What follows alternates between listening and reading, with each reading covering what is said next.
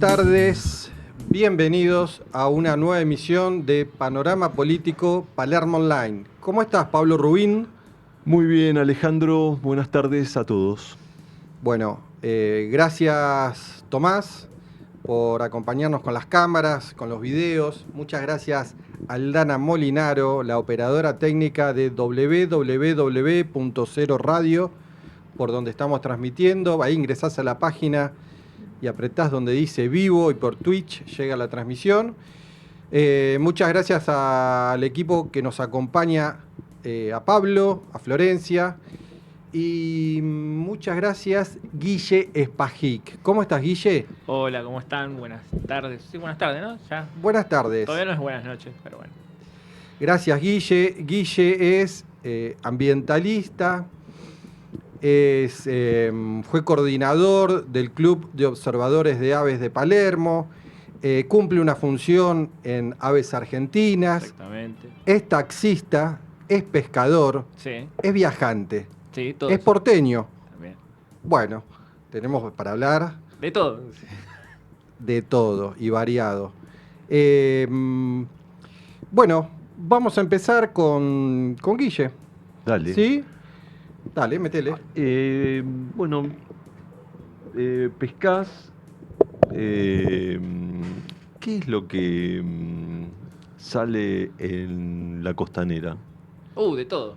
La costanera lo que tiene es que, digamos, al estar en el mismo río de la Plata, tenés todos los peces que son, básicamente, casi todos los peces que son de la cuenca del Plata. En general, los que se acercan a la costa son más bien los más chicos o los más comunes, digamos, no son variedades raras, pero hay un montón de peces que se pueden ver y se acercan ahí y se acercan bastante a la costa. O sea que se puede pescar prácticamente cualquier cosa que esté dentro de la fauna ictícola del Río de la Plata. Lo que la mayoría de la gente pesca son bagres amarillos, bagres blancos, algunas carpas, bogas. Esos son, digamos, los peces más habituales y los que más la gente va a buscar. Pero bueno, eso es. La gente los consume. Algunos los consumen, otros no. Yo no los consumiría, pero... ¿Por qué pero no? bueno, y está muy contaminada la costa del río. Más allá de que el agua esa es un agua que se va cambiando permanentemente, y todo lo que son los metros cercanos a la costa están bastante contaminados, no solamente por desechos industriales, sino por también desechos cloacales y una serie de cosas que verte la ciudad. Y bueno, y la mantiene, es contaminado, digamos, la contaminación del río hace años, y los peces fueron declarados, creo que no aptos para consumo ya en la década del 70. Y también la prohibición de bañarse en el río, creo que también viene de la misma época, que fue cuando también empezó el proyecto de la construcción de la reserva de Costanera, bueno, no la reserva en ese momento, Sí. sino el proyecto de Costanera Sur, así que ahí fue como que la ciudad siempre tuvo esa historia de espalda al río que la caracteriza. Bien, bien. Ahora volvemos. Es un tema muy interesante, el tema del río y la ciudad de Buenos Aires. Vos sos pescador. Sí. Yo te conocí cuando eras netamente pescador y empezaste a incursionar en el tema de la observación de aves. Sí. Y uno cree, yo en aquel momento creía, que son como actividades contradictorias. El pescar un pez del medio ambiente con cuidar el medio ambiente, ¿no? Con el conservacionismo y demás. Después me di cuenta que no era tan contradictorio, pero hay una industria pesquera, por supuesto, que vive de la pesca, y hay un montón de personas que viven de la pesca. Pero bueno, también es parte del ciclo del medio ambiente y la naturaleza, ¿no es cierto? Siempre y cuando haya algún tipo de regulación en cuanto a las cantidades, los momentos del año y demás. Me extendí con la pregunta. ¿Es contradictorio la pesca con el cuidado del medio ambiente? Es una buena pregunta. Es un poco contradictorio. Pero hay una cuestión relacionada con la pesca deportiva, que es lo que yo hacía o lo que yo sigo haciendo, que es que tenemos aún la chance de volver al pez. Ese lo podemos devolver en unas condiciones bastante buenas, más allá de haberlos lastimado con el anzuelo, pues los lastimamos los peces, hay que asumirlo. Pero por distintos procesos evolutivos, los peces están bastante acostumbrados a sobrevivir a ese tipo de agresiones en la boca, justamente porque su medio es muy distinto al medio aéreo, digamos. Entonces, de alguna manera, no es tan malo clavarle un anzuelo. No estamos diciendo que esté bueno. Sí, sí, sí. Sería mejor dejarlos a los peces tranquilos y que nadie los moleste. Pero, bueno, a mí siempre me gustó pescar, es algo que está como innato y es un poco contradictorio, pero a su vez creo yo que es el tema de la cercanía con la naturaleza y cómo te acerca a la naturaleza y cómo te empieza a ayudar a entender cómo funciona todo un ecosistema, pescar, te acerca demasiado y muchas veces empezás a comprender algunas cosas que por ahí de repente para una persona que no está tan acostumbrada a estar o en contacto con la naturaleza, le cuesta más. Es muchas veces pasan cosas raras en trabajar con conservación o en cosas relacionadas con el ambiente, porque muchas veces es más fácil llegarle a un cazador, a un pescador, o incluso un chico que caza con gomera pajaritos. Sí. Es mucho más es probablemente uno lo pueda como concientizar más o pueda tener una mirada más empática con la naturaleza de repente y comprender algunas cosas y después cambiar esa actitud, que por una persona que está completamente ajena a la naturaleza y que no tiene ningún vínculo con ella. Por eso es tan importante en las ciudades trabajar eso, trabajar que la gente vuelva a conectarse con la naturaleza, porque al fin y al cabo las ciudades forman parte de la naturaleza, siguen siendo naturaleza, estamos inmersos en la naturaleza, más allá de que nosotros pensemos que no, que la modifiquemos todo y que hagamos todas unas cosas de cemento arriba del verde. Sí. Solo tenemos muy asociado que solo lo verde es natural y no. Nosotros los humanos formamos parte de la naturaleza, por más que no querramos, que hagamos esfuerzos denodados para no hacerlo. Y nada, la naturaleza está acá con nosotros. Gavilanes mixtos, caranchos, ratas, plantas. Las plantas que surgen, a mí siempre me llama la atención en las ciudades, las plantas que salen de las baldosas. Sí, lo del adoquinado. Lo del adoquinado. Es increíble cómo siempre la vida surge en el lugar menos pensado y brota. Entonces eso para mí siempre es buscar que la gente empiece a percibir esas cosas dentro de la ciudad. Me parece que es algo que está bueno desde lo ambiental trabajarlo. Bien, bien. A mí me gustaría saber, Guillermo, cómo surgió esto de Cobas y qué pájaros podemos encontrar en el Parque 3 de Febrero o en la ciudad de Buenos Aires. Bueno, tenemos de todo acá para contestar. Bueno, los COA, los Clubes de Observadores de Aves, son una iniciativa de una ONG que se llama Aves Argentinas. Es una ONG ya de más de 100 años trabajando. Antes se llamaba la Asociación Ornitológica del Plata. Luego se ayornó con el nombre durante los años 2000. Bueno, básicamente los Clubes de Observadores de Aves son una iniciativa que lo que busca es un poco federalizar lo que es la asociación y congregar a la gente que observa aves, que es mucha en todo el mundo y por suerte cada vez se está haciendo más. Es una actividad que cada vez tiene mayor cantidad de adeptos, sobre todo creo muy relacionado con el tema de la fotografía y con el tema de la facilidad para tener equipos fotográficos hoy. E incluso celulares, cualquier cosa se puede obtener una buena foto y eso acercó mucho. También creo que la pandemia colaboró un montón para que se acercara aún más gente todavía a hacer actividades al aire libre. Y bueno, una de esas es la observación de aves. Y bueno, un poco eso es como lo que inició estos clubes. Y bueno, la meta que busca Aves Argentinas un poco con los clubes es tratar de, como, por un lado, visibilizar y generar estos contactos de la gente común con la naturaleza.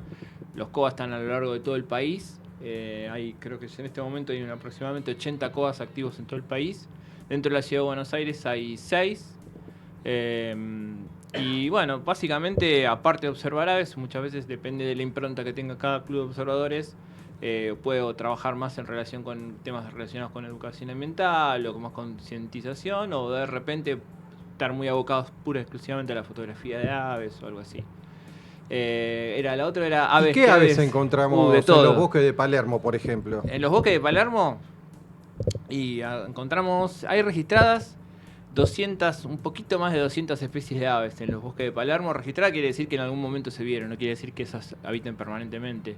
pero en los conteos que hacemos, que nosotros hacemos conteos de aves, los censos estacionales, se hacen 4 censos anuales, es normal que en un conteo aproximadamente tengamos entre 60 y 70 especies se pueden ver en los bosques de Palermo, pura y exclusivamente. Después ya si nos vamos a la reserva ecológica, a los lugares un poco más naturales aún, aunque tengan origen artificial,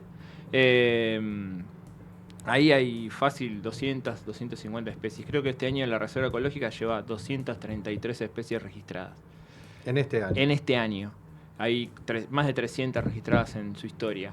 Y bueno, pero normal es ver entre 50 y 60. Y después, bueno, lo más característico por ahí de repente son los caranchos, los gavilanes mixtos, en cuanto a las rapaces, halcones, hay un montón de cosas. Hay aves bastante grandes. Y bueno, después en los lagos de Palermo hay un montón de aves acuáticas, gallaretas, patos, macaes, hay varias cosas. Y bueno, después hay algunas estrellas con la ninga, ñacurtú y algunos otros bichos. Estrellas, ¿por qué estrellas? Son bichos muy particulares, llaman bastante la atención. El ñacurtú es la lechuza más grande de Sudamérica y hay una pareja habitando en los bosques de Palermo desde ya hace bastante. Nosotros por suerte la venimos siguiendo y la venimos observando en sus distintas etapas. En una época había otra pareja que había nidificado y tuvieron pichones, todo, y tuvimos así como un periodo de sacerdocio siguiendo esos bichos para mostrárselo a la gente que pasaba. Eso fue una experiencia muy linda. Bueno, pero es una lechuza grande y la tenemos ahí en los bosques. Bueno, después gavilanes mixtos, caranchos, halcones, hay varias cosas así de las grandes. Y bueno, y la otra que había dicho en la ninga es otro bicho particular, que es una especie de cormorán, que son estos peces que se sumergen en el agua para pescar. Y la particularidad que tiene es que es un bicho que está justo en el sur de su rango de distribución, entonces es muy raro. No es que es raro el bicho en sí, pero sí es raro en esta zona. Y acá nidificó, se instalan en el lago, se vuelven, desaparecen un tiempo y vuelven a aparecer. Es como que siempre vuelven a habitar el lago, sobre todo el lago Regatas. Hoy la vieron en el planetario, por ejemplo. Me pasaron ahí un comentario. En el lago del planetario. Así que bueno, son bichos. Búsquenlos en Google, Aninga, y van a ver que son un bicho bastante particular. Y para que tengamos esta biodiversidad tan rica, digo, más allá de estar en una ciudad costera, más allá de estar en un área, una región como la Pampa húmeda y condiciones ya propias de la región, también es importante o influye los usos que se le dan en las ciudades a las distintas áreas, los cuidados, alguna política pública que afecte esa zona. Sí, totalmente. Todas las políticas públicas que tiendan a recuperar algunas cosas que se han perdido en las ciudades está bueno, como por ejemplo la flora nativa, eso es clave. O sea, las plantas autóctonas de la ciudad de Buenos Aires o de esta zona de Buenos Aires es importante recuperarlas para aportarle a la biodiversidad de la zona. Son las plantas originales que estaban acá y los animales y otras plantas incluso que habitaron originalmente siempre esto, se generan interacciones con las plantas evolutivamente. Con el correr del tiempo han generado interacciones que solo lo hacen con las plantas que son originarias de este lugar.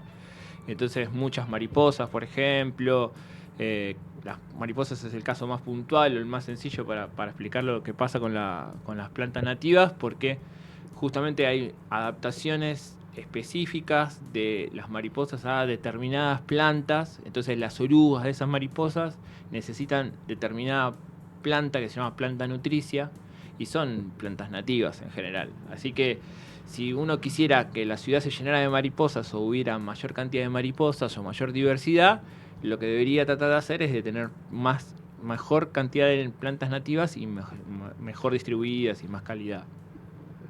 Súper interesante. Entonces tenemos, por un lado, peces en el Río de la Plata, montones. Sí. Por otro lado, aves muy grandes. ¿Cuál es la más grande el ave más grande que está en Palermo. Y en Palermo a veces se ven chajás, que son un bicho bastante grande. No tanto que bajen, pero sí se los ve volando. En la reserva ecológica están. Dentro de los que son Palermo en sí, probablemente los bichos más grandes sean el yacurutú o el carancho. A veces aparecen garzas, las garzas blancas también son grandes, garza mora también es grande, son bichos bastante importantes. A veces aparece alguna cigüeña, que también son... En general las cigüeñas pasan volando, más que en Palermo particularmente. Pero bueno, a veces alguna puede bajar ahí en el golf, sobre todo, que están los laguitos ahí de la cancha, que a veces tienen algunas ranas y los bichos bajan ahí a buscar cosas.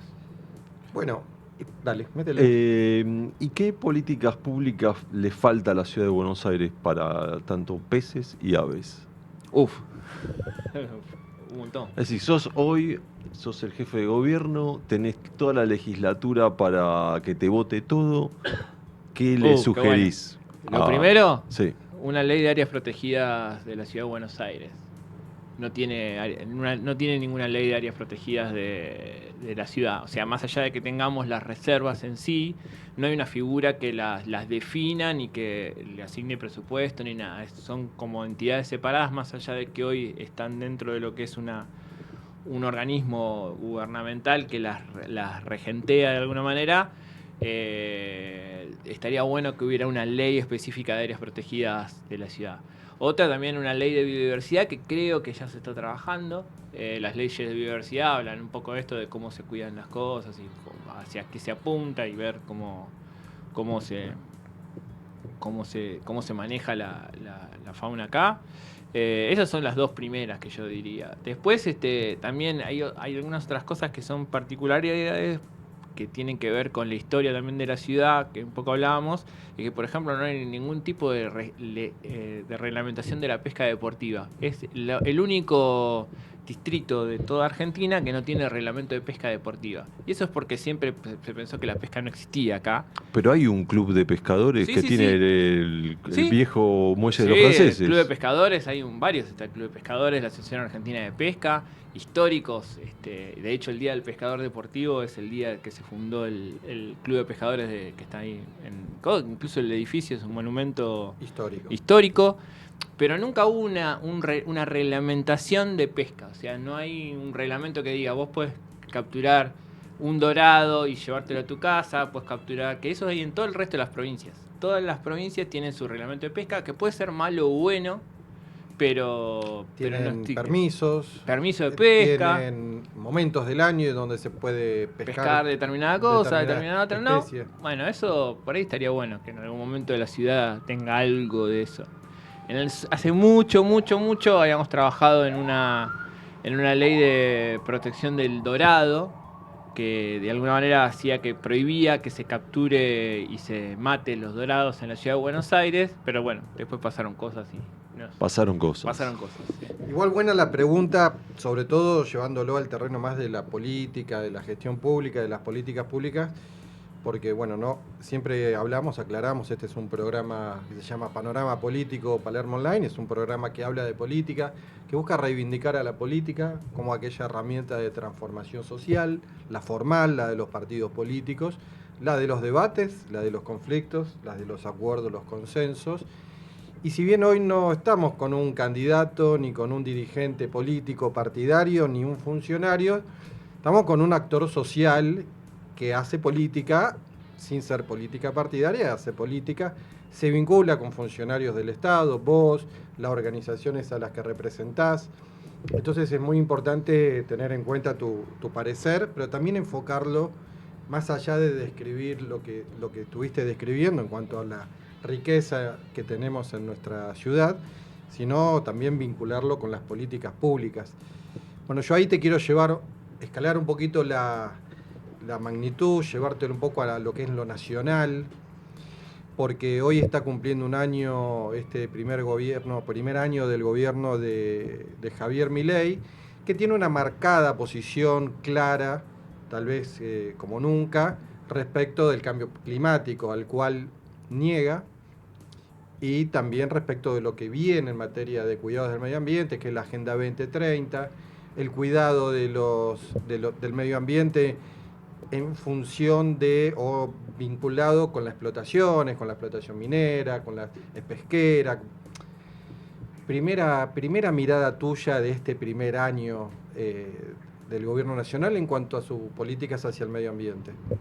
Bueno, mi mirada con respecto a esto es bastante triste, de alguna manera. O sea, me parece que es hay cuestiones ideológicas en este gobierno que están como tratando de buscar eh, correr la discusión de todos estos temas que y el negacionismo para mí es bastante peligroso en este aspecto. Eh, lo sufrimos bastante durante la pandemia, este tema, en cómo las personas entienden cuáles son las cuestiones científicas y cómo se demuestran las cosas. A lo que apunto es que muchas veces se empiezan a dar por ciertas cosas que por ahí no tienen los suficientes argumentos y los... O sea, negar el cambio climático hoy, con toda la cantidad de investigaciones científicas que avalan que este es un problema que estamos teniendo, es un poco complejo de definir. La posverdad es esto de pensar que porque uno dice algo, eso cambia algo. O sea, por descreer o pensar que es una cuestión de socialistas y de gobiernos de izquierda que se instale el tema del cambio climático, me parece que es justamente ahí pasa el gran problema que yo le veo a este gobierno con respecto a estos temas, que todo es pura ideología. O sea, que el director de Parques Nacionales haya hecho una publicación diciendo que no se puede decir cambio climático dentro de las publicaciones de Parques Nacionales, es como estás justamente en el lugar donde se trabajan los temas ambientales y negás el cambio climático, es como muy fuerte. O sea, y aparte, lamentablemente, ya lo estamos persiguiendo demasiado con todas las cuestiones, esto que pasó hace poco en Valencia, la tragedia de la Dana y esas tormentas increíbles. Me parece que negar el cambio climático y negar la Agenda 2030, que más allá que tiene un montón de efectos y un montón de cosas que se pueden mejorar, eh, es bastante triste y bastante complejo de argumentar algo, digamos, diciendo, bueno, por lo menos si hubiera algún argumento que fuera distinto o algunas cosas, por ahí de repente uno lo podría entender. Pero me parece que fundamentalmente es una cuestión más ideológica. Lo mismo pasó cuando retiraron la delegación de las COP de cambio climático, justamente. ¿Qué es la COP? La COP son reuniones que se hacen promovidas por Naciones Unidas, Sí. que tratan diversos temas. Tenés la COP de cambio climático, que justamente trata sobre qué acciones van a comprometerse los distintos gobiernos en realizar para que el cambio climático no siga existiendo. Para los que no saben lo que es el cambio climático, básicamente lo que está pasando es que la actividad humana genera gases que se llaman gases de efecto invernadero, que es sobre todo dióxido de carbono, que no se llega a absorber por el mismo planeta, por su ciclo natural. Entonces, esas actividades humanas lo que hacen es hacer que estos gases estén más presentes en la atmósfera, por lo tanto empieza como a levantarse despacito la temperatura del planeta.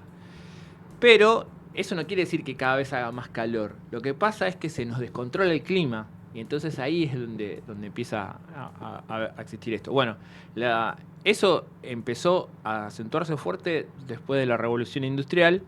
Y entonces lo que se hace en estas COP, por ejemplo, de cambio climático, es ver, bueno, qué acciones van a tomar, qué compromisos van a tomar los países para tratar de ir disminuyendo este efecto que estamos generando con la presencia nuestra acá. Por eso es complejo que Argentina desconozca este tema y que no participe en las reuniones, que de alguna manera también, que es otra cosa peligrosa, es que hasta puede jugarnos en contra desde lo económico y de toda la agenda que tiene este gobierno, porque bueno, los alemanes van con todo ecológico, van cambiando su matriz energética, todos los países europeos están cambiando su matriz energética, trabajando estos temas, dándole importancia, y con tal de ponerse más a la derecha de todos estos, Sí. se dicen cosas que a veces son complejas. Bien. ¿Qué tema ¿no? Del cambio climático? ¿Y cómo lo podemos Es decir, nombraste al Dana que ocurrió en Valencia. Y acá en Argentina, ¿dónde se va a sentir el impacto del cambio climático? El cambio climático ya lo estamos sintiendo en Argentina con todas estas cuestiones de los... En general el cambio climático se representa con cambios muy bruscos en los climas. Las sequías extremas o lluvias extraordinarias. Ya la sequía extrema la tuvimos hace poquito y bastante prolongada. Estos efectos de la niña, del niño, todas estas cosas, algunas cosas son fenómenos naturales y otras cosas están exacerbadas por las actividades humanas. Permitime un ejemplo, porque yo en mi vida había visto la laguna de Lobo Seca, en mi vida la de Chascomús, que había que buscarla en el medio, que quedaba un charco, y otras lagunas. Entonces cuando se habla de cambio climático, dice, bueno, pero es puro discurso, no. En esta sequía se verificó como lagunas históricas se quedan sin agua. Se quedaron sin agua, sin peces y muchísima gente y clubes de pescadores y pueblos que viven del turismo y la laguna perdieron su fuente de ingreso durante buen tiempo. La laguna, la que está cerca de Junín, sí, y en Córdoba lo mismo. Dale. Sí, total. Y otra cosa que también las sequías generan y es el tema de los incendios. Hay varias cosas que se van encajando una tras de la otra y después tenés las lluvias extraordinarias que de repente pasa que pasamos de un año completamente seco con esto a lluvias terribles y que inundan todo y eso es lo que vamos a empezar a sentir acá en la ciudad. Yo creo que lo que más estamos empezando como a recibir es esta cuestión de la inestabilidad del clima y que tenemos veranos que se alargan y estamos en mayo en remera y de repente ahora empieza a hacer un frío y se nos mezcla todo a niveles raros y bueno, así Bien. que... Pablo, para hoy vamos a hablar de un lugar emblemático del barrio, el Lago Regatas, y también se cumple un año de gestión de este gobierno. Tengo para leer una nota de acá del director de Punto Cero, de Diego González, que habla sobre el tema. ¿Querés que arranquemos con el Lago Regatas? Podemos arrancar, sí. No, está perfecto ahí. Bueno, les vamos a hablar del Lago Regatas de Buenos Aires, un verdadero tesoro ubicado en el Parque 3 de Febrero, el pulmón verde más grande de la ciudad, con 370 hectáreas. No sé si ahora ya tendrá más o menos, pero bueno. Situado frente al campo municipal de golf y cerca de los complejos de tenis más importantes de Argentina, el Lago Regatas es el lugar perfecto para practicar actividades al aire libre. Aquí se puede caminar, correr, andar en bicicleta o simplemente disfrutar de un día de descanso y meditación en un entorno natural y espectacular. Cada fin de semana más de 60.000 personas visitan el parque, concentrándose en áreas como el planetario, el Rosedal, el jardín japonés y por supuesto el lago Regatas. Este lago de casi 2.000 metros de perímetro y una superficie de casi 92.000 metros cuadrados es ideal para los amantes del running y ofrece una profundidad de hasta 6 metros, que es lo que estábamos hablando antes de comenzar el programa. Además, el lago cuenta con 2 islas llenas de árboles y arbustos, perfectas para las colonias de aves que habitan la zona. Durante la salida de avistaje se han identificado hasta 30 especies diferentes en pocas horas. Su fauna acuática incluye dorados, pejerrey de lomo negro, sábalos, haciendo de este lugar un paisaje para los amantes de la naturaleza. Bueno, sin duda el Lago Regata, a mí en particular es el lugar que más me gusta del barrio y como bien vos decís, es un lugar que genera un atractivo especial para los porteños y para los bonaerenses. El fin de semana viene gente de distintos lugares a disfrutarlo. Y es una combinación entre un espacio público, urbano, verde, con un espacio también con mucha biodiversidad. De lo que hoy estuvimos ya aprendiendo. Hoy tristemente está en prensa, está en agenda por una persona que se arrojó ayer al mediodía, a la 1 del mediodía, a nadar.